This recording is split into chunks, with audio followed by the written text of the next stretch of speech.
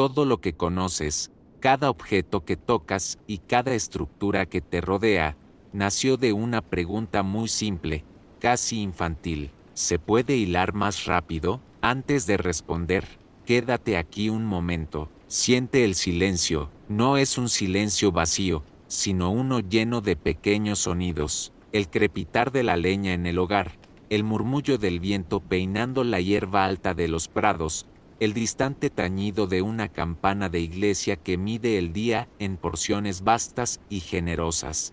Estás en el mundo de antes, un mundo tejido con la luz del sol y la oscuridad de la noche. Aquí, el tiempo no corre, fluye. Tú caminas por un sendero de tierra que serpentea entre colinas de un verde profundo. El aire es fresco y huele a tierra húmeda, a humo de leña y al aroma dulzón del heno recién cortado. A lo lejos, ves pequeñas cabañas con techos de paja, acurrucadas en el paisaje como si hubieran brotado de la misma tierra. Los historiadores lo llaman un mundo orgánico, una civilización construida casi por completo con madera, piedra y arcilla, materiales que la propia naturaleza ofrecía. La vida aquí late al ritmo de las estaciones, la siembra en primavera, la cosecha en otoño. La vida y la muerte son eventos comunitarios, compartidos bajo el mismo cielo inmenso. Entras en una de estas cabañas. La luz del exterior se filtra a través de una pequeña ventana, dibujando un rectángulo dorado en el suelo de tierra apisonada. Tus ojos tardan en acostumbrarse a la penumbra. Dentro, una familia se mueve con una coreografía aprendida a lo largo de generaciones. El padre repara una herramienta de madera. Los niños más pequeños alimentan a las gallinas que entran y salen con familiaridad. Y en un rincón, junto al fuego que es el corazón de la casa, una mujer está sentada frente a una rueca. Tú observas sus manos. Son expertas, pacientes. Toman la lana cruda, un vellón suave y graso, y lo transforman con un movimiento hipnótico. El pie de la mujer bombea un pedal.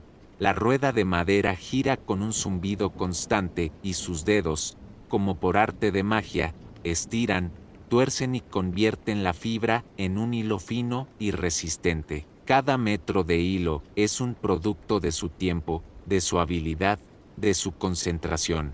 Este hilo vestirá a su familia, se convertirá en mantas para el invierno o quizás se venderá a un comerciante ambulante por unas pocas monedas. Este proceso, repetido en incontables hogares a lo largo y ancho del país, es el motor textil de una nación entera, pero es un motor lento, tan lento como el crecer de la hierba. Y aquí, en el suave zumbido de la rueca y en la danza paciente de las manos, yace un desequilibrio oculto. En otro lugar, no muy lejos, hay un telar, y el telar es más rápido que la rueca, mucho más rápido. El tejedor a menudo debe esperar, con las manos quietas y el telar silencioso, a que lleguen suficientes hilos para comenzar su trabajo. Hay una demanda silenciosa, un hambre de tela que la velocidad de una mano humana no puede saciar. Nadie lo sabe aún, pero este pequeño hilo,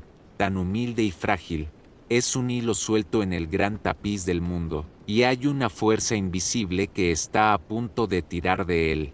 Sales de la cabaña y el mundo se abre ante ti. El sol de la tarde baña el valle en una luz dorada y cálida, alargando las sombras de los árboles solitarios en los campos. Te apoyas en una cerca de piedra, cubierta de musgo y líquenes que son como pequeños mapas de un tiempo antiguo. El único reloj que importa aquí es esa esfera de fuego que se desliza lentamente hacia el horizonte. Su posición en el cielo dicta el flujo de toda la vida. Te despiertas con su primera luz, no con el sonido de una campana o un silbato. El canto de un gallo y el cambio de color en el cielo del gris al rosa anuncian el comienzo del trabajo. El día no se divide en horas y minutos, se divide en tareas. La mañana es para ordeñar la vaca, para llevar el rebaño a pastar. El mediodía, cuando el sol está en su punto más alto y el calor aprieta, es un momento de pausa, para comer el pan y el queso que llevas en un paño. La tarde se dedica a reparar una cerca, a escardar el huerto, a recoger leña para el fuego de la noche. Los historiadores llaman a esto una orientación a la tarea. El tiempo no se gasta, se vive. No es un recurso que se pueda perder, sino el medio en el que la vida misma se desarrolla. El trabajo y la vida no están separados, son la misma cosa. Tú sientes el ritmo de este mundo en tu propio cuerpo, el esfuerzo de la mañana, la calma del mediodía, el cansancio satisfactorio del atardecer. Es un ritmo dictado por la naturaleza, no impuesto por el hombre. El año, al igual que el día, sigue este patrón orgánico. Sientes la anticipación de la primavera, cuando la tierra despierta y el arado abre los surcos. Vives la labor intensa y comunal del verano y la cosecha, cuando cada par de manos, jóvenes y viejas, es necesaria en el campo desde el alba hasta el ocaso. Y luego, llega la calma del invierno, los días se acortan, el frío se instala y el trabajo se traslada al interior, al calor del hogar.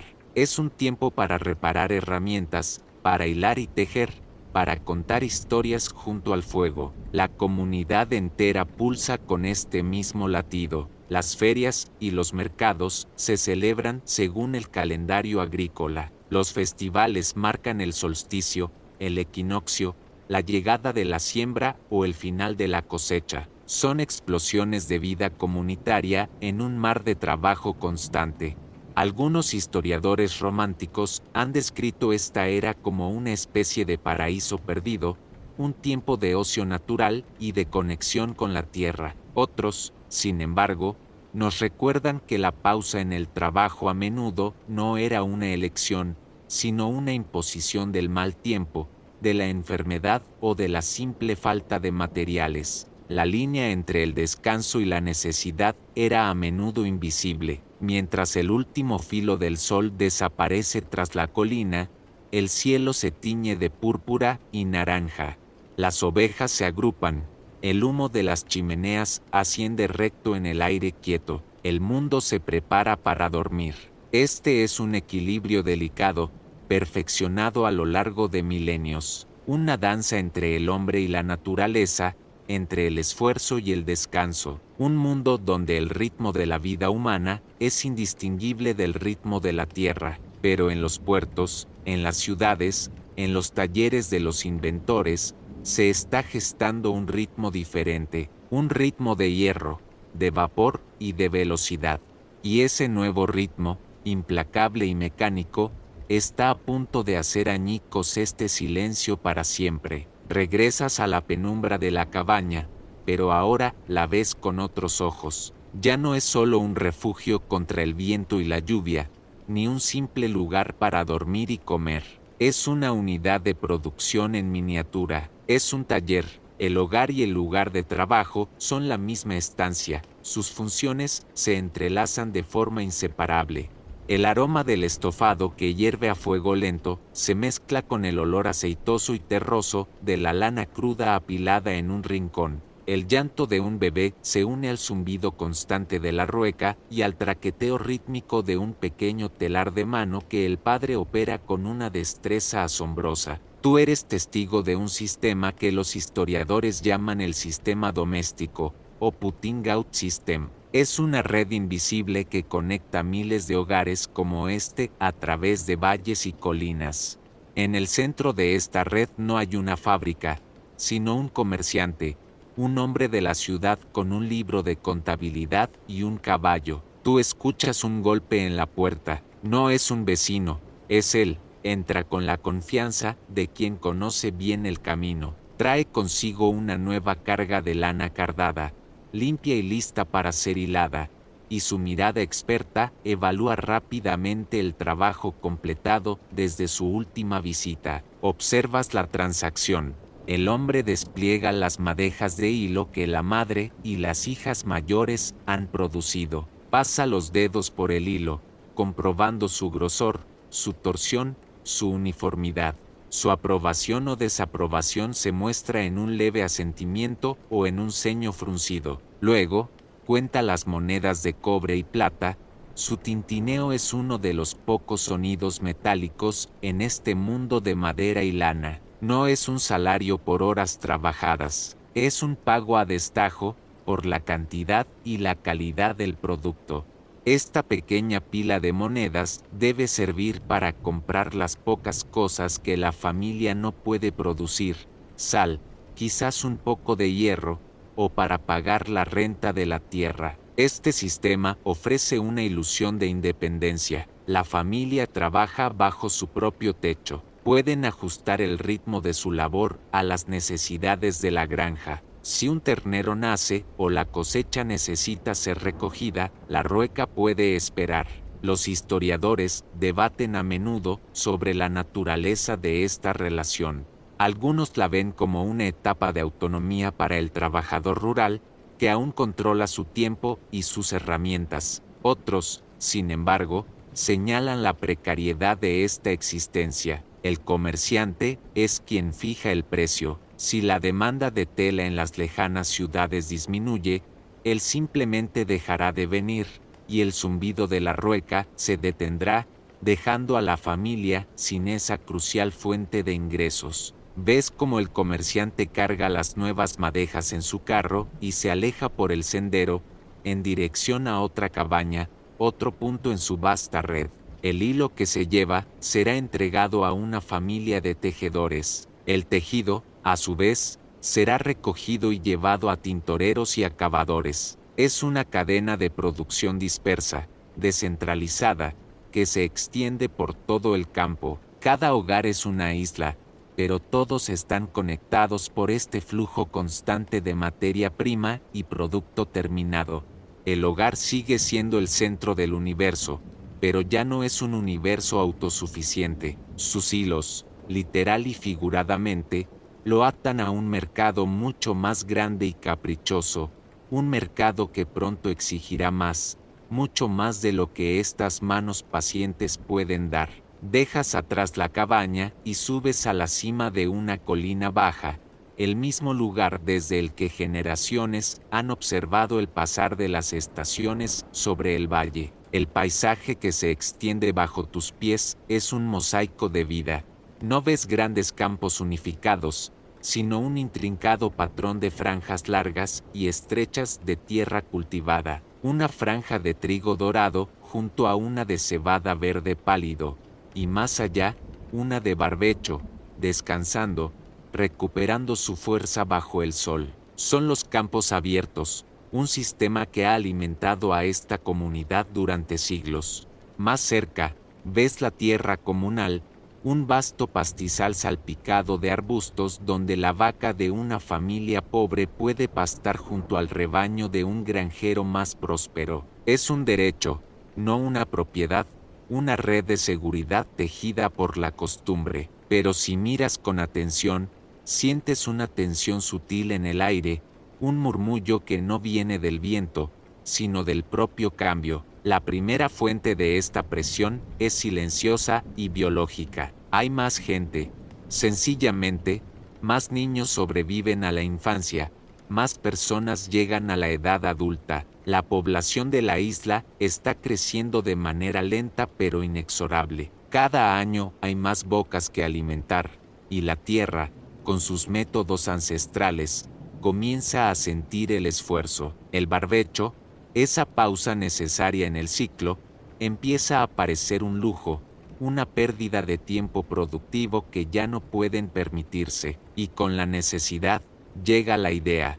Tú escuchas los susurros entre los terratenientes más educados. Hablan de nuevos métodos, de una revolución silenciosa que ocurre no con espadas, sino con arados y semillas. Los historiadores la llaman la revolución agrícola. Se habla de un vizconde que descubrió que plantar nabos y trébol en el año de barbecho no solo no agotaba la tierra, sino que la enriquecía, devolviéndole el nitrógeno. Estos cultivos, además, podían alimentar al ganado durante el invierno. Más ganado significaba más abono, y más abono significaba cosechas más abundantes. Es un círculo virtuoso, una solución elegante al problema del hambre. Se diseñan nuevos arados, más ligeros y eficientes. Se inventan sembradoras mecánicas que entierran las semillas en hileras perfectas, en lugar de esparcirlas al azar, ahorrando simiente y aumentando el rendimiento. Pero estas nuevas técnicas funcionan mejor en campos grandes y consolidados, no en el antiguo mosaico de franjas dispersas. Y así llega la presión final, la más visible y dolorosa, el cercamiento. Tú ves a los hombres con sus instrumentos de medición, sus cadenas y sus estacas, redibujando el paisaje. Las antiguas tierras comunales son privatizadas, divididas y vendidas al mejor postor. Los campos abiertos son consolidados. Donde antes había un tapiz de cooperación y costumbre, ahora surgen las líneas rectas y duras de los setos y los muros de piedra. Son las cicatrices del progreso. Para el gran terrateniente, es la eficiencia, el futuro. Pero para la familia que solo tenía una vaca y el derecho a que pastara en el común, es la ruina. La tierra se vuelve más productiva.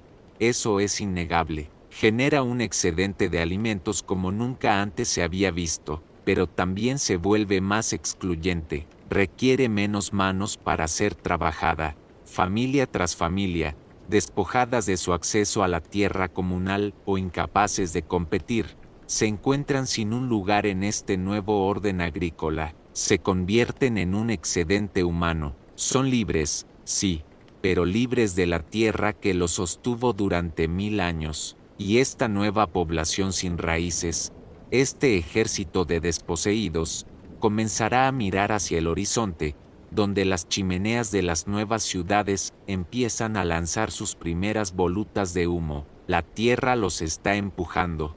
Pronto, la fábrica los llamará. Regresas tu atención al interior de la cabaña, al mundo del textil. Pero ahora el zumbido de la rueca suena diferente. Ya no es un sonido de tranquila labor doméstica, sino el pulso lento de un sistema bajo una tensión creciente. El problema, como has visto, es ese hilo. Hacen falta entre 5 y 10 hilanderas trabajando a tiempo completo para producir suficiente hilo para mantener ocupado a un solo tejedor. Este desequilibrio, este cuello de botella, ha sido una constante durante generaciones, pero la creciente demanda de telas, impulsada por una población en aumento y un comercio en expansión, lo ha vuelto insostenible. El tejedor espera, el comerciante espera, el mundo espera, y en ese silencio tenso, un sonido nuevo y agudo corta el aire. Es el chasquido seco de una pieza de madera que golpea otra. Proviene del taller de un hombre llamado John Kay, un relojero y mecánico de Lancashire. Tú te asomas a su pequeño taller. No ves engranajes de relojería, sino las enormes y familiares vigas de un telar manual. Pero hay algo diferente, algo añadido. Es un pequeño dispositivo de madera sobre ruedas, con una punta de metal, que sostiene la bobina de hilo. Kay lo llama la lanzadera volante. Antes de su invención, tú observas el viejo método. El tejedor debe pasar la lanzadera de un lado a otro del telar con las manos. Es un movimiento amplio, casi como un abrazo. Si la tela es muy ancha, se necesitan 2 tejedores, uno a cada lado, para lanzarse la lanzadera el uno al otro en una danza rítmica. Es un proceso limitado por el alcance de los brazos humanos. Ahora, tú miras a Kay demostrar su creación. Tira de una simple cuerda que cuelga sobre su cabeza. Con un chasquido, la lanzadera sale disparada a través de los hilos de la urdimbre, corriendo sobre sus pequeñas ruedas a una velocidad asombrosa. Otro tirón de otra cuerda, y la lanzadera vuela de regreso en la dirección opuesta. El resultado es inmediato y transformador. Un solo tejedor ahora puede tejer telas mucho más anchas, y puede hacerlo al doble de velocidad. El ritmo del telar se acelera, el ruido se vuelve más frenético. El hambre de hilo, que antes era una molestia crónica, se convierte en una necesidad desesperada. El cuello de botella no se ha aliviado, se ha multiplicado por 10. Ahora, el tejedor no solo espera, sino que se desespera. El comerciante no solo se impacienta, sino que ve sus ganancias potenciales evaporarse mientras sus tejedores y sus costosos telares permanecen inactivos. La invención de Kai, diseñada para aumentar la producción, paradójicamente la ha puesto en crisis. Los historiadores a menudo debaten si el progreso tecnológico es una progresión lineal y deliberada o una serie de respuestas caóticas a problemas imprevistos. La lanzadera volante es un ejemplo perfecto de lo segundo. Es una solución que crea un problema mucho mayor. El clamor por el hilo se vuelve ensordecedor. Se ofrecen premios, se publican desafíos en los periódicos de la época, todo para encontrar una manera de hilar más rápido. La presión recae ahora directamente sobre esos miles de hogares repartidos por el campo, sobre las mujeres y sus ruecas. El comerciante llega a la puerta no solo para recoger el hilo, sino para exigir más, ofreciendo precios ligeramente más altos, presionando a las familias para que dediquen más y más tiempo a la hilatura. Pero la velocidad de la mano humana tiene un límite. La rueca, que durante milenios fue un símbolo de laboriosidad y sustento, se ha convertido en el eslabón más débil de una cadena que está a punto de romperse. La necesidad nos susurra, grita, y en algún lugar, en otro taller polvoriento, alguien está escuchando. La respuesta al grito desesperado por más hilo no llega desde un laboratorio o el estudio de un gran filósofo. Nace, como tantas otras cosas en esta era, en la humilde y abarrotada cabaña de un tejedor y carpintero analfabeto de Lancashire. Su nombre es James Hargreaves. Tú te encuentras ahora en su hogar, un espacio tan pequeño que los muebles y las personas parecen tropezar unos con otros. El aire es denso, huele a lana, a madera y a la comida de una familia numerosa. El estrépito de su telar manual es el sonido dominante, una percusión constante que marca el ritmo de la vida en esta casa. La leyenda, esa forma poética que tiene la historia de recordar las cosas, nos cuenta un momento específico. Algunos historiadores lo cuestionan, pero su imagen es tan poderosa que se ha negado a desaparecer. Tú estás allí.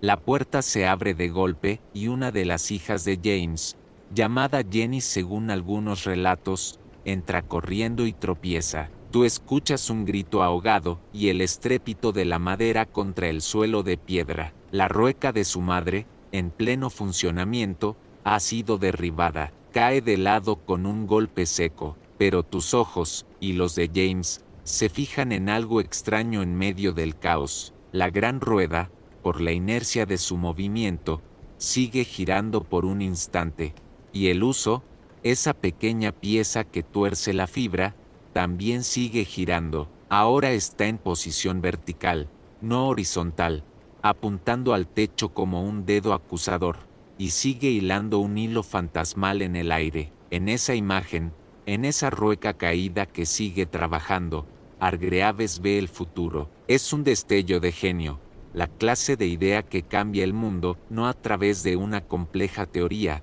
sino de una simple reorientación. ¿Y si un uso puede girar en vertical? ¿Y si una sola rueda pudiera hacer girar no uno, sino varios usos a la vez? Durante meses, tú lo ves trabajar en secreto, por la noche, a la luz de las velas. El sonido de su sierra y su martillo se une al coro de ronquidos de su familia dormida. El resultado es una máquina de madera, ingeniosa en su simplicidad, que él bautiza, según la leyenda, con el nombre de su hija, la Spinning Jenny. Tú observas su funcionamiento. No se parece en nada a la vieja rueca. Es un marco rectangular. En un extremo, hay una fila de bobinas con la lana en bruto. En el otro, una fila de usos verticales, 8 en esta primera versión. Una sola rueda grande, al girar con una manivela, los hace girar a todos al mismo tiempo. El operador utiliza un carro móvil que se desliza hacia adelante y hacia atrás. Al tirar del carro hacia atrás, estira las fibras de las 8 bobinas a la vez. Un giro de la manivela tuerce los 8 hilos simultáneamente. Otro movimiento del carro los enrolla en los usos. Es una danza de movimientos, una coreografía mecánica que imita la acción de estirar y torcer de la mano humana, pero lo hace para 8 hilos simultáneamente. 8 hilos a la vez, luego 16. Pronto, más, una sola persona, a menudo un niño o una mujer, puede ahora hacer el trabajo de 8 hilanderas. El cuello de botella se ha roto.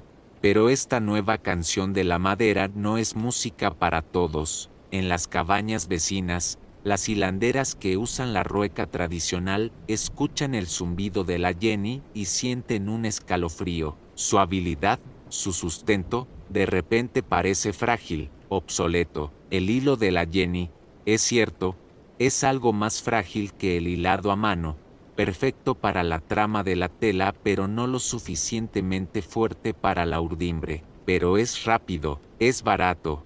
La revolución, por ahora, sigue confinada entre las 4 paredes del hogar.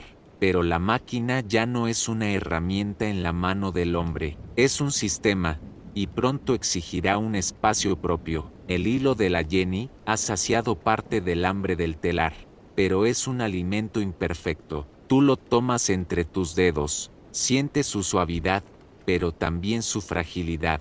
Es un hilo bueno para la trama, los hilos que cruzan la tela de lado a lado, pero para la urdimbre, los hilos largos y tensos que forman la espina dorsal del tejido, se necesita algo más fuerte, algo que pueda soportar la tensión constante y los golpes de la lanzadera. La solución a este nuevo problema no vendrá de un tejedor ingenioso, sino de un hombre con una ambición implacable y una mente afilada para los negocios. Su nombre es Richard Arkwright, un barbero y fabricante de pelucas que vio en el algodón no solo una fibra, sino el tejido de la fortuna. Los historiadores aún debaten si Arkwright fue un genio inventor o un astuto ladrón de ideas, un hombre que supo capitalizar los experimentos fallidos de otros. Pero el resultado de su trabajo es innegable. Tú estás ahora en un taller más grande, más ordenado que el de Hargreaves. El aire huele a aceite de máquina y a metal. Frente a ti se alza una máquina imponente, mucho más robusta y compleja que la Jenny. Es la waterframe, o marco de agua. Su secreto no reside en multiplicar los usos, sino en un ingenioso sistema de rodillos. Tú observas su funcionamiento. La fibra de algodón en bruto pasa a través de una serie de pares de rodillos. Cada par gira un poco más rápido que el anterior. Este estiramiento controlado y preciso alarga las fibras y las alinea perfectamente antes de que reciban la torsión final del uso. El resultado es un hilo de una resistencia y uniformidad sin precedentes. Es el hilo perfecto para la urdimbre, el eslabón perdido que la industria textil anhelaba. Pero esta fuerza tiene un precio. La máquina es pesada. Los rodillos de metal requieren una potencia constante y firme que va mucho más allá de la fuerza de un brazo humano. La manivela de la Jenny es un juguete en comparación. Arkwright encuentra la solución no en el músculo humano, sino en la fuerza más antigua y poderosa que el hombre ha sabido domar. Tú sales del taller y sigues el sonido de un estruendo sordo y constante. Llegas a la orilla de un río rápido, el Derwent, cuyas aguas bajan de las colinas con una energía furiosa. Sientes la brisa húmeda en tu cara, y allí, anclada a la orilla, ves una enorme rueda de agua, con sus paletas de madera chapoteando y gimiendo bajo el peso del torrente. La rueda gira con una fuerza inmensa e inagotable, día y noche. Un sistema de ejes y engranajes transmite esta energía bruta hacia un edificio de piedra y ladrillo de varios pisos. Es el molino de Cromford, la primera fábrica de algodón impulsada por agua del mundo. Este es el punto de inflexión. La waterframe es demasiado grande, demasiado pesada y demasiado dependiente del río para caber en una cabaña. La producción, por primera vez, debe abandonar el hogar. El trabajo ya no va al trabajador. El trabajador debe ir al trabajo. ARKWRIGHT no solo ha inventado una máquina, ha inventado la fábrica moderna. Un solo edificio que alberga docenas de máquinas y cientos de trabajadores, todos moviéndose al ritmo implacable de la rueda de agua. El río se ha convertido en el nuevo motor del mundo, y sus orillas, los lugares donde nacerá una forma de vida completamente nueva. El agua es poderosa, pero caprichosa. Tú permaneces junto al río y sientes su fuerza, pero también su inconsistencia. En verano, el caudal disminuye, la gran rueda de agua gira más lenta, y la producción se resiente. En invierno, una helada severa puede detenerla por completo. La industria, encadenada a las orillas de los ríos rápidos, a menudo se encuentra en valles remotos, lejos de las ciudades, de los trabajadores y de los puertos. La naturaleza, que había sido el socio rítmico de la humanidad durante milenios, ahora se percibe como una restricción, un límite a la eficiencia y al beneficio.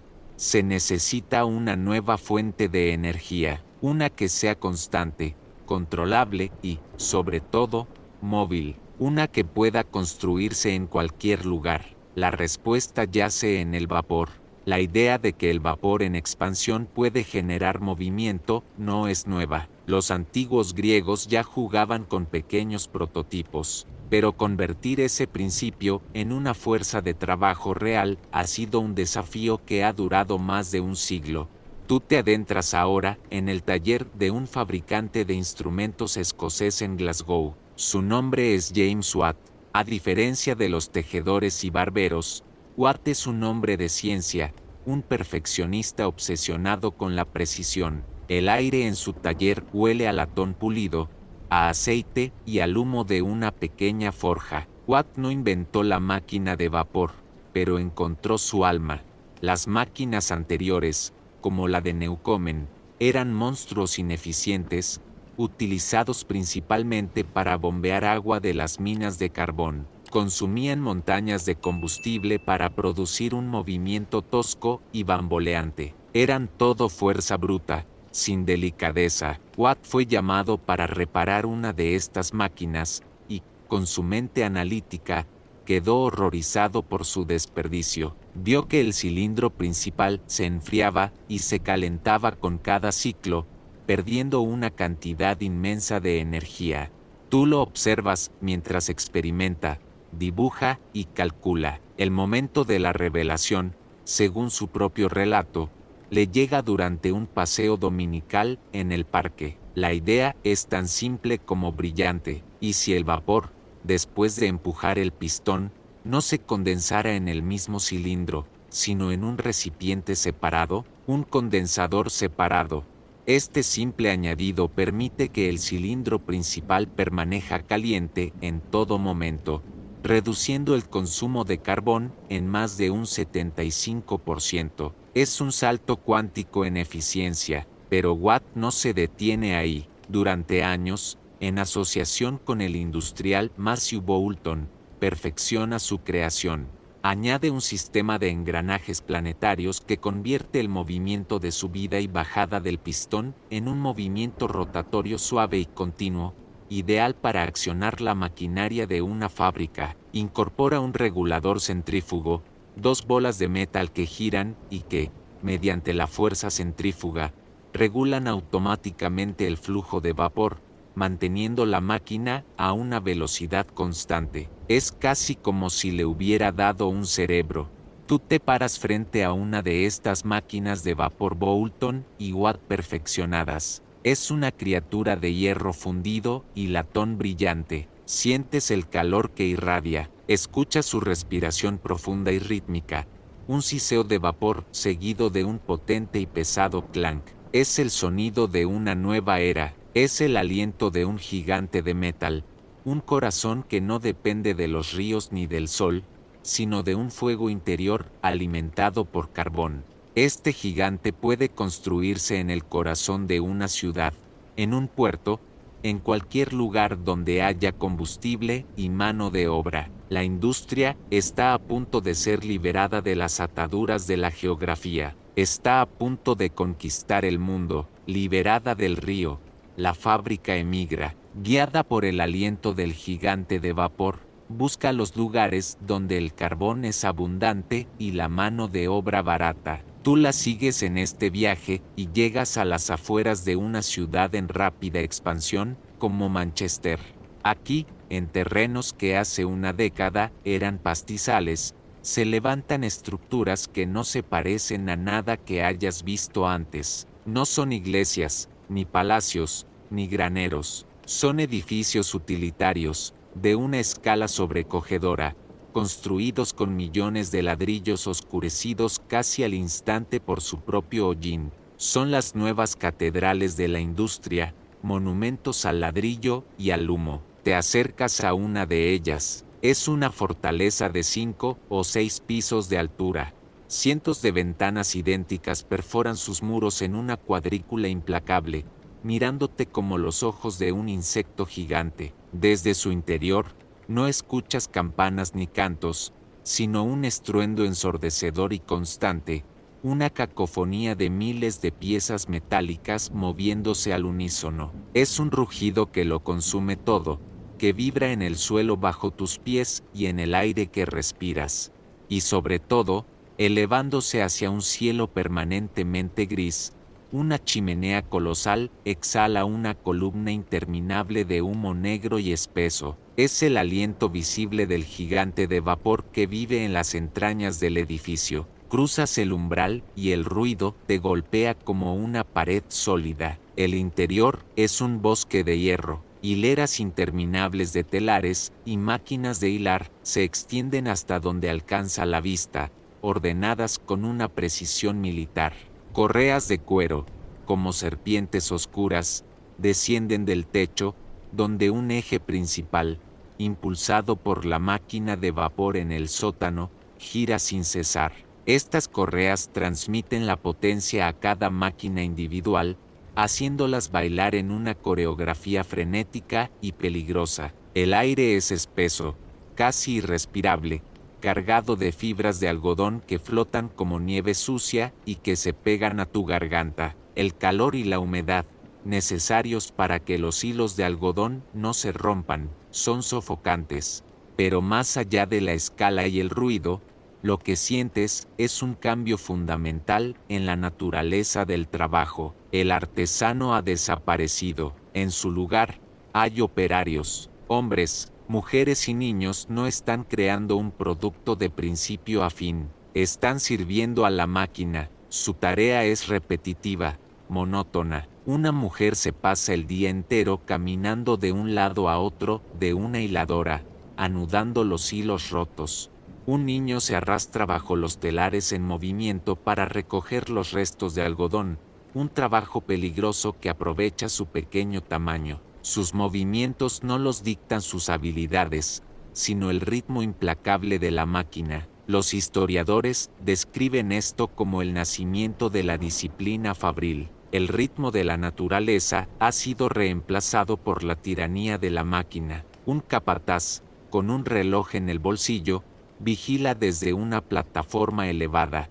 Se multan los retrasos, el hablar, incluso el mirar por la ventana. El cuerpo humano debe adaptarse, convertirse en un engranaje más en el gran mecanismo. Ya no eres un tejedor o una hilandera, eres un mano de obra, una abstracción, una pieza intercambiable en el gran cálculo de la producción. Aquí dentro, en el vientre de la catedral de ladrillo, no solo se teje algodón, se teje una nueva forma de vida, una nueva sociedad, una nueva humanidad.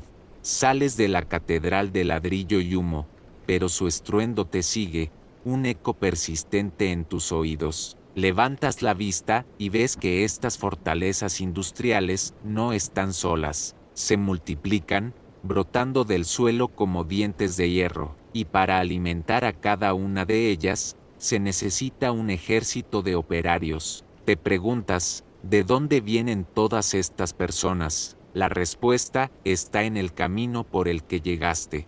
Te alejas del centro de la ciudad y te sitúas en una de las arterias principales, una vena de tierra y lodo que conecta este nuevo corazón palpitante con el campo que lo rodea. No estás solo, el camino es un río lento de humanidad que fluye en una sola dirección. Ves familias enteras caminando, el padre con una expresión adusta, la madre con un bebé en brazos y los niños aferrados a sus faldas. Llevan consigo todo su mundo en pequeños fardos y carretas de mano, un colchón de paja, una olla de hierro, unas pocas herramientas de labranza que ahora parecen reliquias de una vida pasada. Sus ropas están cubiertas por el polvo del camino, sus rostros marcados por la incertidumbre, pero sus ojos están fijos en el horizonte, hacia el humo. Son los hijos y nietos de la revolución agrícola, los desposeídos por el cercamiento.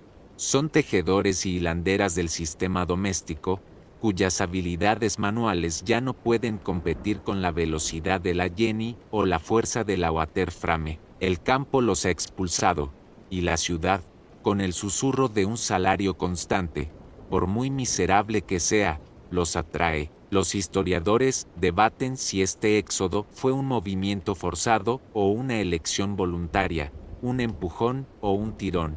Pero mientras los ves caminar, con la tierra que amaron a sus espaldas y un futuro desconocido por delante, sientes que es una distinción que carece de sentido. Es, simplemente, una necesidad. Tú observas cómo la propia ciudad reacciona a esta afluencia masiva. No crece, explota. Urbes como Manchester, que en una sola vida humana pasaron de ser somnolientos pueblos comerciales a metrópolis industriales en expansión, son el ejemplo perfecto. La ciudad se hincha, devorando los campos y prados circundantes a un ritmo vertiginoso. No hay planificación, no hay diseño. Las calles surgen del barro, sin pavimentar, sin alcantarillado. Las casas se construyen pegadas unas a otras, de ladrillo barato y con una prisa febril, formando laberintos de callejones oscuros y patios sin aire. Es un organismo que crece sin piel, un campamento permanente levantado para albergar al ejército de la industria. El paisaje sonoro también cambia. El silencio rural es reemplazado por una cacofonía constante, el martilleo de la construcción, el traqueteo de los carros, los gritos de los vendedores y el murmullo incesante de una multitud que ya no se conoce por su nombre. La comunidad del pueblo, donde cada rostro era familiar y cada familia tenía una historia, se disuelve en el anonimato de la masa. Aquí, eres uno entre miles, un extraño en un mar de extraños, todos unidos por la misma búsqueda de trabajo, todos atraídos por la misma promesa que emana de las altas chimeneas que ahora dominan el cielo, los nuevos faros de una era incierta. Este nuevo mundo de vapor y ladrillo tiene un apetito voraz. Las fábricas devoran carbón a un ritmo que las minas apenas pueden satisfacer. Las ciudades en explosión necesitan un flujo constante de alimentos desde un campo cada vez más lejano. Y los productos terminados, esas montañas de tela y de hierro, deben llegar a los puertos para ser enviados a todos los rincones de un imperio en expansión. Las viejas arterias de la nación, los caminos de tierra que se convierten en ciénagas con la lluvia y los lentos canales donde las barcazas son tiradas por caballos, se están ahogando. Son el último cuello de botella, el último vestigio del ritmo lento de la tierra en una era que adora la velocidad. Tú te encuentras en el borde de la ciudad, donde los suburbios de ladrillo se rinden ante los campos, pero aquí no ves un camino de tierra, sino algo nuevo y extraño. Dos líneas paralelas de hierro pulido, fijadas a traviesas de madera, se extienden en una línea recta y perfecta hasta perderse en el horizonte. Cortan el paisaje sin tener en cuenta las suaves curvas de las colinas, atravesando terraplenes y desapareciendo en la boca oscura de los túneles. Son las venas de una nueva criatura, y entonces lo oyes, un resoplido distante, un retumbar que crece en intensidad. Aparece en el horizonte, pequeño al principio, arrastrando una columna de humo y vapor como el aliento de una bestia en una mañana fría. Es la locomotora, un caballo de hierro. A medida que se acerca, su tamaño y su poder se vuelven abrumadores. Es una caldera negra sobre ruedas, con un laberinto de pistones y bielas de acero brillante que se mueven con una violencia controlada. Sientes el calor que emana, escuchas el silbido del vapor que escapa de sus válvulas y el voraz crepitar del fuego en su interior, visible a través de la portilla. Detrás de ella, una hilera de vagones, algunos abiertos y rebosantes de carbón negro, otros cerrados, como cajas de madera sobre ruedas. Tú subes a uno de estos vagones de pasajeros. El interior es espartano. Un banco de madera dura recorre cada lado, con una sacudida violenta y un chirrido metálico que te recorre la espalda. El convoy se pone en marcha. El traqueteo de las ruedas sobre las uniones de los raíles comienza lentamente, clac clac, clac clac, y luego se acelera, convirtiéndose en un estruendo rítmico y atronador. Por primera vez en la historia de la humanidad, te mueves más rápido que el galope de un caballo, y no por un breve instante, sino de forma sostenida, hora tras hora. El paisaje, que siempre habías experimentado al ritmo de tus propios pasos, se convierte en un borrón de verdes y marrones. Las vacas en los campos levantan la cabeza asustadas. Los granjeros se detienen en su labor para observar con una mezcla de asombro y temor el paso del monstruo rugiente. Una lluvia fina de hollín y cenizas entra por la ventana abierta, manchando tu cara y tu ropa. El tren es el triunfo definitivo de la línea recta sobre la curva, de la fuerza mecánica sobre la topografía. Encoge el mapa. Un viaje que antes llevaba 2 días a caballo, ahora se completa en 4 horas. Las noticias, las ideas, las personas y los bienes se mueven a una velocidad inimaginable. Estas venas de hierro están bombeando la sangre de la nación, conectando cada mina, cada fábrica y cada ciudad en un único y gigantesco sistema circulatorio industrial. Tú bajas del vagón del tren y el estruendo de la locomotora es reemplazado por el murmullo de la ciudad. Pero lo primero que te asalta no es un sonido, es el aire. Lo respiras, y es diferente. No es el aire del campo, fresco y cargado con el aroma de la tierra y la hierba. Este aire es pesado, denso, y tiene sabor. Es un sabor metálico y sulfuroso que se pega al fondo de tu garganta. Sabe a carbón, y también huele a él. Es un olor acre, omnipresente, que se impregna en tu ropa, en tu pelo, en tu piel. Es el perfume de esta nueva era, y no puedes escapar de él. Levantas la vista hacia el cielo, buscando el sol. Lo encuentras, pero no es el orbe dorado y brillante que recuerdas. Es un disco pálido y acuoso, su luz se difumina a través de un velo perpetuo de humo y neblina. Los historiadores lo llamarán smog, una palabra nueva para un fenómeno nuevo. Aquí, en el corazón de la ciudad industrial, el día rara vez es claro. Una capa de hollín lo cubre todo con una pátina grisácea y grasienta.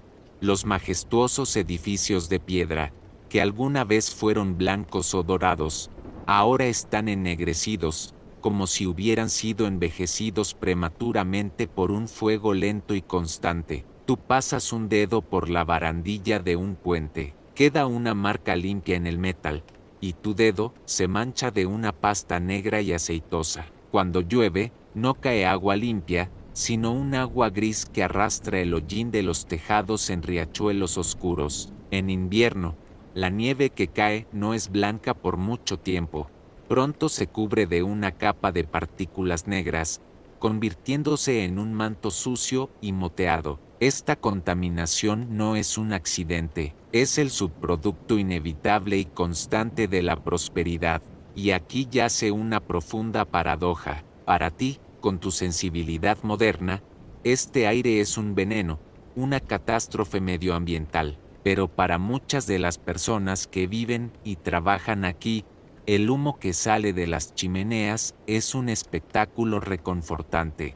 Los historiadores a menudo nos recuerdan que una chimenea humeante es una fábrica en funcionamiento. Una fábrica en funcionamiento significa trabajo, y el trabajo significa un salario, por magro que sea, que permite poner pan en la mesa. El humo, por tanto, se convierte en un símbolo de vida, no de muerte. Se bromea diciendo que donde hay porquería, hay dinero.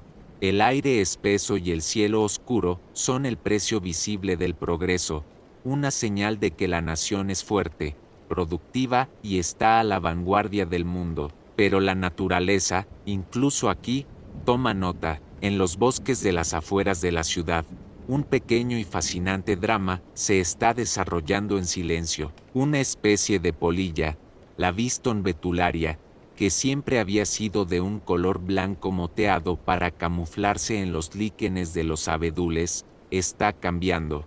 Los ejemplares más oscuros, antes una rareza, ahora sobreviven mejor en los troncos ennegrecidos por el hollín, mientras que los pájaros devoran a los blancos, que ahora destacan. En unas pocas generaciones, la población de polillas se vuelve casi completamente negra. Es la evolución, en tiempo real, impulsada por las chimeneas. El aire no solo está cambiando el color del cielo y los edificios, está reescribiendo el código de la vida misma.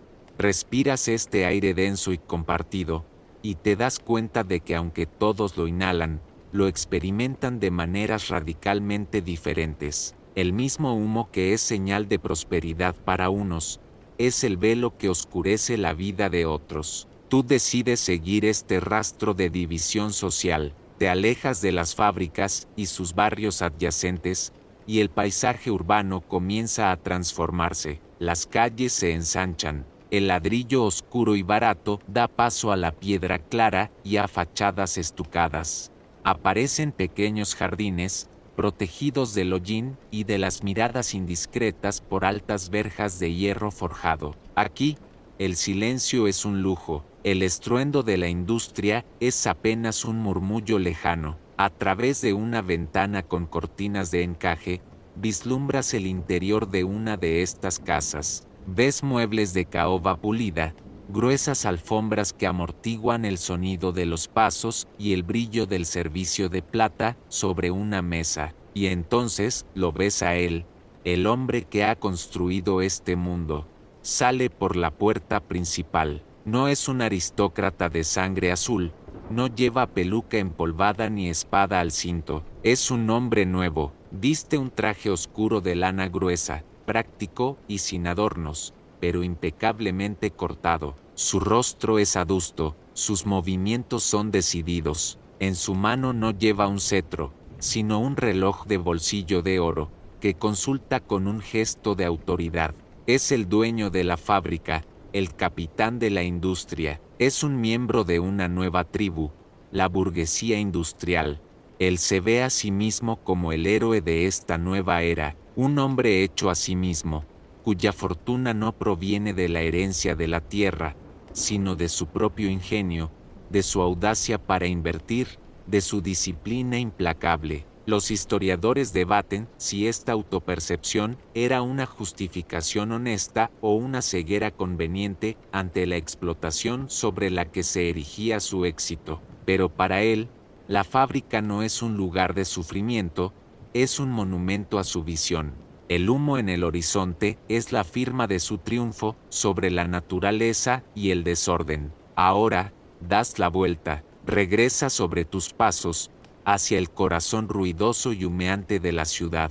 El aire se vuelve más espeso, las calles más estrechas y concurridas. Aquí, ves a la otra tribu. No son individuos que pasean, son una marea humana que fluye hacia y desde las fábricas. Es el proletariado urbano. Tú te fijas en uno de ellos. Su rostro está pálido por la falta de sol y manchado de hollín.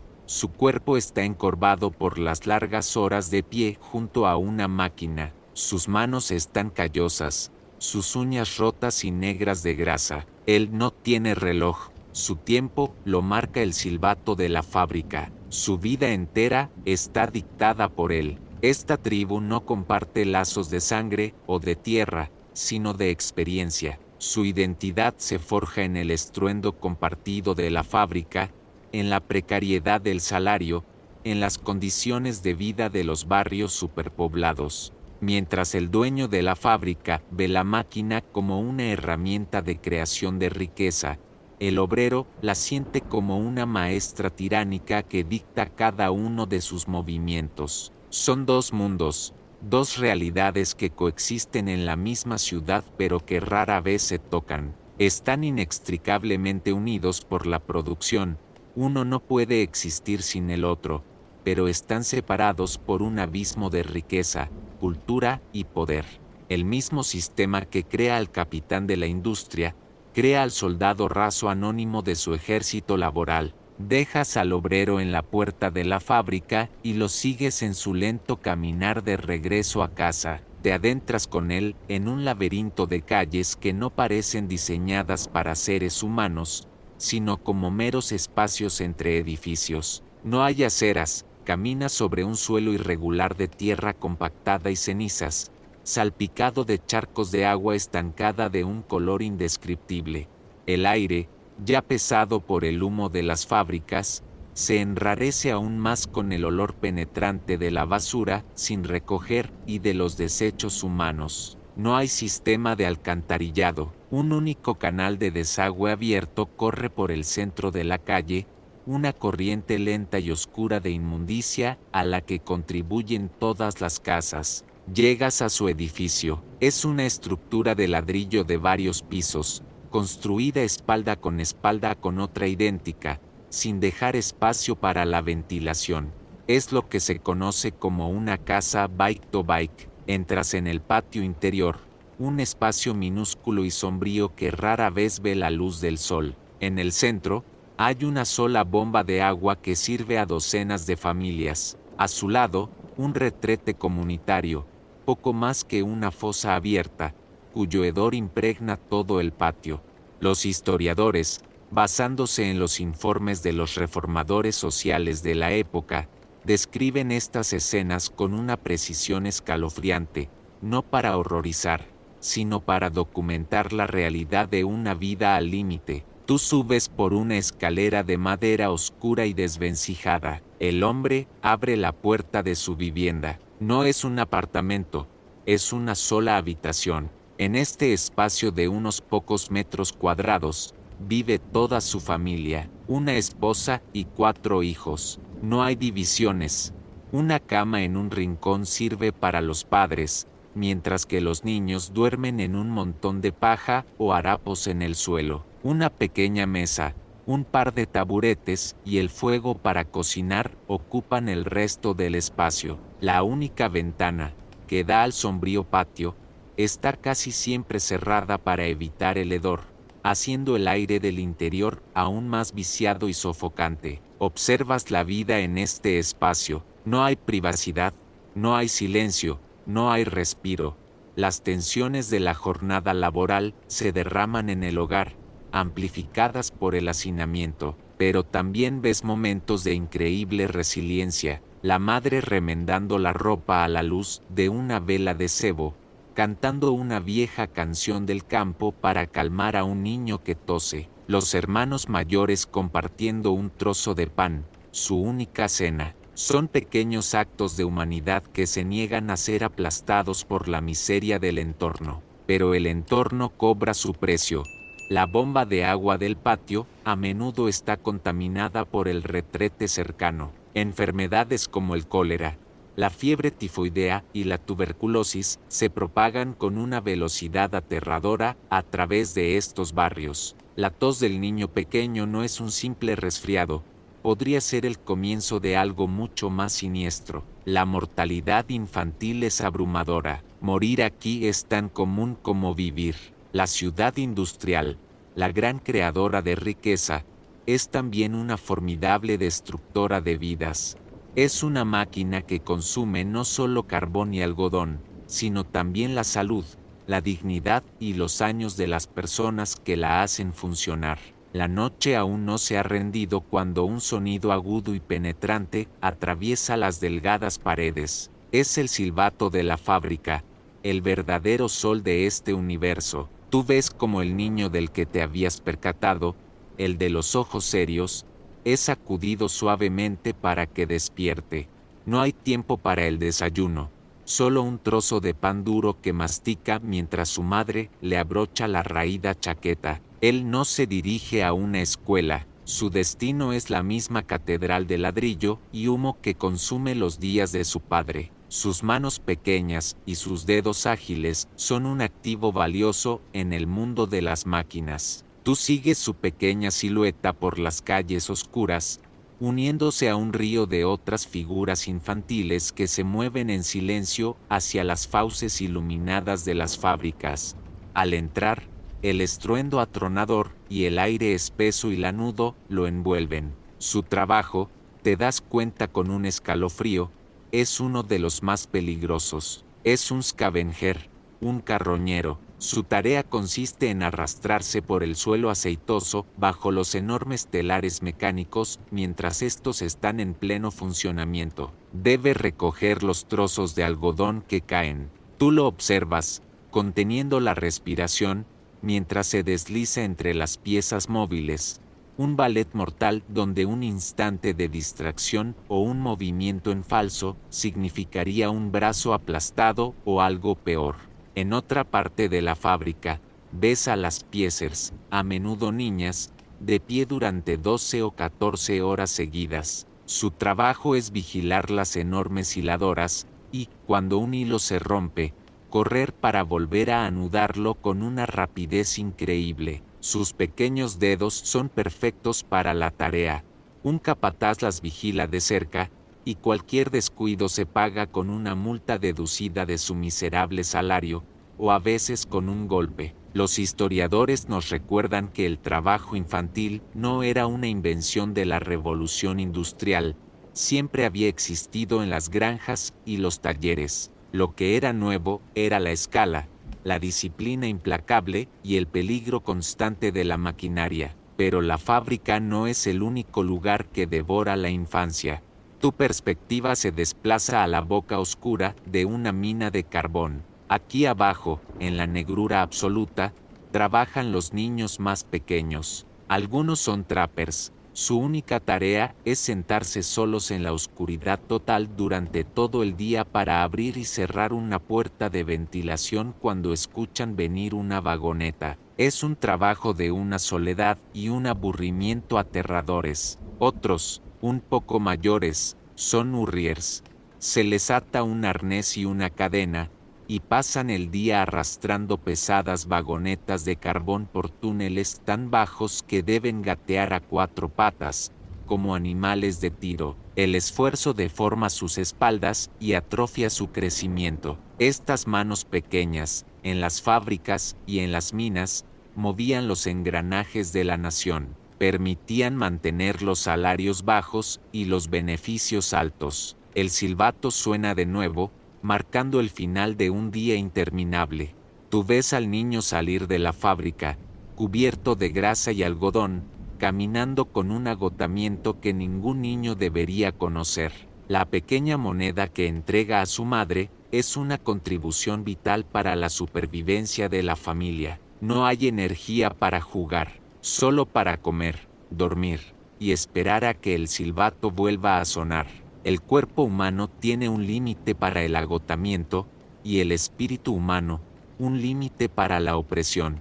En las noches frías y sin luna de los condados industriales, cuando las fábricas se convierten en siluetas oscuras y sus gigantes interiores duermen, un tipo diferente de actividad comienza. Tú sientes una nueva tensión en el aire, una energía secreta y contenida. No es el estruendo de la producción, sino el silencio cargado de la conspiración. En tabernas con las ventanas cubiertas y en claros remotos de los páramos, hombres se reúnen a la luz de las linternas. Sus rostros son los mismos que has visto en las fábricas, pálidos y cansados, pero ahora sus ojos arden con una luz diferente. Escuchas susurros sobre juramentos secretos, sobre mensajes codificados y sobre un líder misterioso y casi mítico. Su nombre es Ned Ludd, o a veces, el General Ludd. Los historiadores nos dicen que Ludd probablemente nunca existió como una persona real. Era un seudónimo, un símbolo, un fantasma nacido de la ira colectiva. Firmaba las cartas de advertencia enviadas a los dueños de las fábricas. Su nombre invocaba tanto esperanza en los oprimidos como terror en los opresores. Él era la encarnación de su lucha. Tú sigues a un pequeño grupo de estas figuras sombrías mientras se mueven por las calles dormidas. No son una turba caótica, se mueven con un propósito silencioso, con disciplina militar. Llevan consigo herramientas pesadas, martillos de herrero y hachas que brillan débilmente bajo la escasa luz de la luna. Su objetivo es un taller o una pequeña fábrica, a menudo propiedad de un maestro conocido por reducir los salarios, por utilizar maquinaria que producía productos de mala calidad o por despedir a los artesanos cualificados. Con un golpe seco y coordinado, la puerta cede, entras con ellos en la oscuridad del taller. A la luz de sus linternas, las máquinas, los telares y los marcos de tejer parecen bestias dormidas. Son los mismos objetos que durante el día dictan cada movimiento de los trabajadores, pero esta noche, los papeles se invierten. Con una furia fría y deliberada, los hombres levantan sus martillos. El primer golpe sobre el hierro fundido resuena como un disparo en el silencio. Le siguen más. Es un sonido de destrucción, pero también de liberación. El crujido de la madera, el chirrido del metal retorciéndose, el estrépito de los engranajes rotos. Los historiadores durante mucho tiempo retrataron a los luditas como enemigos irracionales del progreso, como hombres ignorantes que intentaban detener la marea inevitable de la tecnología. Pero una visión más reciente y matizada sugiere algo diferente. A menudo no estaban en contra de las máquinas en sí, sino de cómo se usaban para devaluar su trabajo, para destruir su oficio y para imponer una nueva forma de tiranía económica. Su martillo no era solo una herramienta de destrucción, era una herramienta de negociación colectiva por otros medios. Querían un salario justo, el respeto por la calidad y un lugar en este nuevo mundo que los estaba dejando atrás. El gobierno, sin embargo, vio esto como una insurrección. Se aprobaron leyes que castigaban la destrucción de máquinas con la muerte. Se enviaron miles de soldados para cazar a los luditas, más de los que luchaban contra Napoleón en la península ibérica. Al final, el movimiento fue aplastado, pero el eco de sus martillos no se desvaneció. Fue el primer grito articulado contra la deshumanización de la era industrial. El estruendo de los martillos luditas se apaga, sofocado por la fuerza abrumadora del Estado. Pero aunque los hombres pueden ser arrestados y las máquinas rotas pueden ser reemplazadas, una idea, una vez liberada, es mucho más difícil de contener. La revolución, esa poderosa combinación de tecnología, capital y organización del trabajo, era una chispa demasiado brillante como para permanecer confinada en una sola isla. Durante un tiempo, Gran Bretaña intentó celosamente proteger su monopolio. Se promulgaron leyes estrictas que prohibían la exportación de maquinaria textil, los planos de los nuevos inventos y hasta la emigración de sus artesanos cualificados. La isla se convirtió en una fortaleza de conocimiento industrial, el taller del mundo, decidida a mantener su ventaja sobre todas las demás naciones. Pero las murallas de la fortaleza eran porosas. Tú te encuentras en una fábrica de Manchester, no como un trabajador, sino como parte de una visita guiada para un comerciante extranjero. Él asiente con la cabeza, sonríe, hace preguntas aparentemente inocentes sobre la producción. Pero tú observa sus ojos, no están mirando, están midiendo. Sus dedos, al pasar por el bastidor de una máquina, no están sintiendo la textura, están contando los engranajes. En un momento de distracción, lo ves sacar un pequeño cuaderno y esbozar rápidamente un mecanismo crucial, un detalle que ha memorizado. Por la noche, en la posada, lo encontrarás intentando sobornar a un capataz descontento, ofreciéndole una pequeña fortuna a cambio de sus conocimientos y su lealtad. Hombres como él, espías industriales de Bélgica, Francia, Alemania y la lejana América, se convirtieron en los vectores de la propagación. Uno de ellos, un joven llamado Samuel Slater, memorizó el diseño completo de la maquinaria de ARKWRIGHT y la reconstruyó de memoria en los Estados Unidos, ganándose el apodo de Slater el traidor en Gran Bretaña, pero el de padre de la Revolución Industrial Americana en su nuevo hogar. La chispa, inevitablemente, saltó el Canal de la Mancha.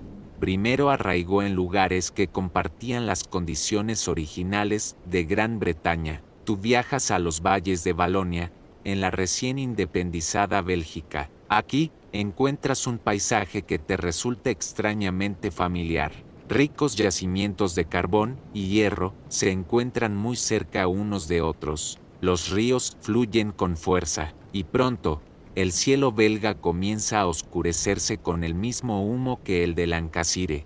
El rugido de los altos hornos y el estruendo de los telares mecánicos resuenan en valles que antes solo conocían el sonido de las campanas de las iglesias. Pero la revolución no es un simple clon. Al extenderse, se adapta y muta, como una semilla plantada en diferentes suelos. En Francia, su crecimiento es más lento, más gradual. Se centra menos en la producción masiva de textiles baratos y más en los productos de lujo, manteniendo una escala más artesanal. En Alemania, que todavía es un mosaico de estados separados, la revolución es impulsada desde arriba. Los gobiernos, y más tarde el Estado unificado, invierten masivamente en educación técnica, sobre todo en los ferrocarriles, creando una red de venas de hierro planificada para unir una nación industrial antes incluso de que existiera políticamente. Los historiadores debaten si estas diferencias se debieron a la cultura, a la política o a la simple disponibilidad de recursos. La revolución ya no tiene un solo rostro, tiene muchos. El fuego que comenzó en una isla húmeda y gris ahora arde con diferentes colores en todo el continente y más allá. No importa si estás en Manchester, en Valonia o en la cuenca del Ruhr. No importa el idioma que hables ni la bandera bajo la que vivas. La experiencia fundamental de esta nueva era se ha vuelto universal y se mide por un sonido. El sonido te arranca del sueño mucho antes de que el sol haya pensado en despuntar. No es el tañido melódico de una campana de iglesia que sugiere y guía, es un grito agudo, penetrante e imperativo. Es el silbato de la fábrica, es el sonido que divide tu vida en dos, el tiempo de no trabajar y el tiempo de trabajar. Tú te vistes en la penumbra, tus movimientos son apresurados, mecánicos. El miedo a llegar tarde es un nudo constante en el estómago. Al salir a la calle, ves a miles como tú, una marea de sombras que se apresura en una misma dirección, todos respondiendo a la misma llamada. Levantas la vista y ves el origen de la tiranía. En lo alto de la fábrica, a menudo en una torre construida a imitación de un campanario, hay una gran esfera blanca con números negros y dos manecillas implacables. El reloj de la fábrica es el nuevo dios de la ciudad, y el silbato es su profeta. Ya no vives en un tiempo orientado a la tarea. El granjero dejaba de trabajar cuando el campo estaba sembrado. La hilandera, cuando había producido suficiente hilo. Su trabajo tenía un comienzo, un desarrollo y un final tangible. Ahora, tu trabajo no termina cuando una tarea se completa. Termina cuando las manecillas del reloj alcanzan una posición determinada. Tú vendes tu tiempo, no tu habilidad. Vendes fragmentos de tu vida a cambio de un salario. Los historiadores, como el gran Paseo Thompson, argumentaron que este fue uno de los cambios más profundos y violentos de la revolución, una reestructuración completa de la experiencia humana del tiempo. Tú entras en la fábrica y el reloj está allí, vigilándote desde la pared. El capataz camina de un lado a otro. Su reloj de bolsillo es una extensión de su autoridad, un instrumento para medir tu productividad, para registrar cada minuto de retraso, cada pausa no autorizada. El ritmo de tu cuerpo ya no se sincroniza con el sol o las estaciones, sino con el movimiento constante y monótono de la máquina. El tiempo se ha convertido en una mercancía, una abstracción. La frase "el tiempo es oro" adquiere un significado literal y brutal. Cada minuto que la máquina está parada es dinero perdido. Cada segundo de tu presencia en la fábrica es tiempo que has vendido. Esta nueva disciplina no se aceptó sin resistencia. Durante décadas, los trabajadores lucharon por mantener sus viejos ritmos. La tradición del San Lunes, el hábito de tomarse el lunes libre para recuperarse del fin de semana, fue una espina clavada en el costado de los dueños de las fábricas durante generaciones. Fue una última y obstinada defensa del tiempo vivido frente al tiempo medido, pero la lógica de la industria era implacable. Las multas, los despidos y el hambre finalmente impusieron la nueva tiranía. El tiempo ya no fluye, marcha.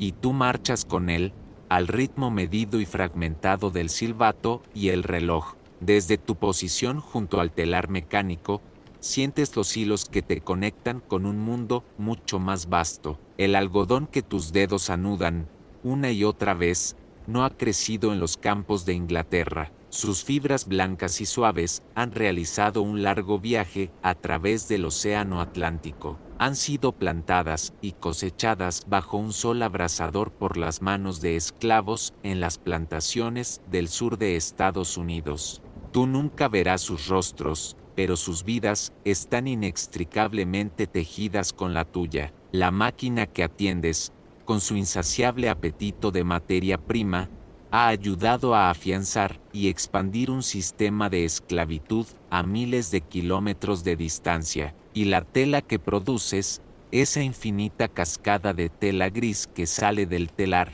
tampoco está destinada a vestir a la gente de esta ciudad. La mayor parte se cargará en los barcos que esperan en los muelles de Liverpool. Cruzará los mares de nuevo, pero en una dirección diferente. Quizás se dirija a la India. Allí, los artesanos que durante siglos produjeron algunos de los textiles más finos y codiciados del mundo, encontrarán que ya no pueden competir. Sus telares manuales, que alguna vez fueron fuente de orgullo y prosperidad, quedarán en silencio. La tela barata y producida en masa en Manchester inundará sus mercados, destruyendo su industria local y forzándolos a convertirse en meros proveedores de algodón crudo para las fábricas británicas. Esta es la lógica del nuevo mundo que estás ayudando a construir. La revolución industrial no es solo un evento local, una historia de máquinas y fábricas en una pequeña isla. Es el motor de un nuevo tipo de imperio.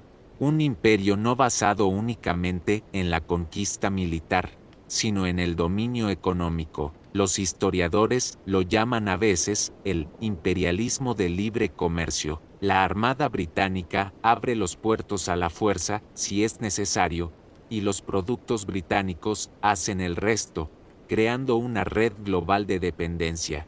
Las venas de hierro del ferrocarril no solo conectan las ciudades de Inglaterra, sino que pronto se extenderán por las colonias, diseñadas no para unir a la población local, sino para extraer las materias primas del interior y llevarlas a los puertos de la manera más eficiente posible. Tú sientes como el mapa del mundo se reordena en tu mente. Ya no es una colección de culturas y reinos distantes. Se está convirtiendo en un único sistema integrado, un centro industrial, aquí donde te encuentras.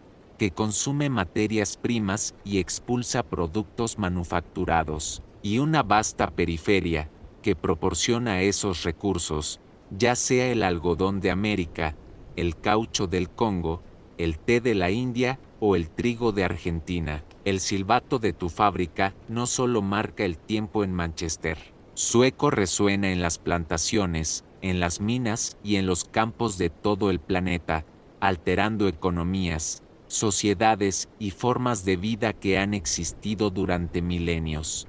El mundo se ha encogido, los barcos de vapor cruzan los océanos más rápido que nunca, los cables de telégrafo submarinos transmiten los precios del algodón de Nueva York a Liverpool en cuestión de minutos. El planeta está más conectado, pero es una conexión desigual, jerárquica. El hilo que comenzaste a seguir en una humilde cabaña se ha convertido en una red global, una telaraña tejida con hilos de algodón y humo, con cables de telégrafo y raíles de acero. Y en el centro de esa telaraña, sientes el pulso constante y poderoso de la máquina a la que sirves. Sales de la fábrica por última vez. El silbato suena a tus espaldas, pero ya no es una llamada, es un eco que se desvanece. Te alejas del estruendo y del humo, y buscas un lugar tranquilo, una colina desde la que puedas observar el paisaje que has recorrido. La ciudad se extiende bajo tus pies, un vasto organismo de ladrillo y piedra, con sus chimeneas como órganos respiratorios exhalando el aliento oscuro de su poder. El tren serpentea a lo lejos, una sutura de hierro y vapor uniendo el paisaje, y desde los muelles, más allá de la ciudad, escuchas la sirena de un barco de vapor, su voz ronca hablando el lenguaje del comercio global. Tú te detienes y miras a tu alrededor. Estás en tu propio mundo, en el siglo XXI. La ciudad que te rodea es diferente, más limpia, más silenciosa. Las catedrales de ladrillo son ahora museos o apartamentos de lujo, pero el eco de la máquina, el legado de aquel primer hilo, está en todas partes. Está en la ropa que vistes, producida en masa en fábricas al otro lado del mundo, descendientes directas de las de Manchester. Está en el teléfono que llevas en el bolsillo, un milagro de la miniaturización cuya existencia depende de cadenas de suministro globales, de la extracción de minerales y de la energía que la revolución industrial desató. La pregunta inicial, la que lo empezó todo, era, ¿se puede hilar más rápido? La respuesta fue sí. La spinning jenny, la waterframe, la máquina de vapor. Cada una fue una respuesta, y cada respuesta generó nuevas preguntas, nuevos problemas, nuevas soluciones, en una reacción en cadena que aún no se ha detenido. Aquella simple búsqueda de eficiencia textil arrancó a la humanidad de un ritmo que la había definido durante 10.000 años, el ritmo de la Tierra y el Sol, y la arrojó a un ritmo nuevo, el ritmo de la máquina. Y ahora, por fin, entiendes la conexión. El eco de la máquina está en tu concepto del tiempo.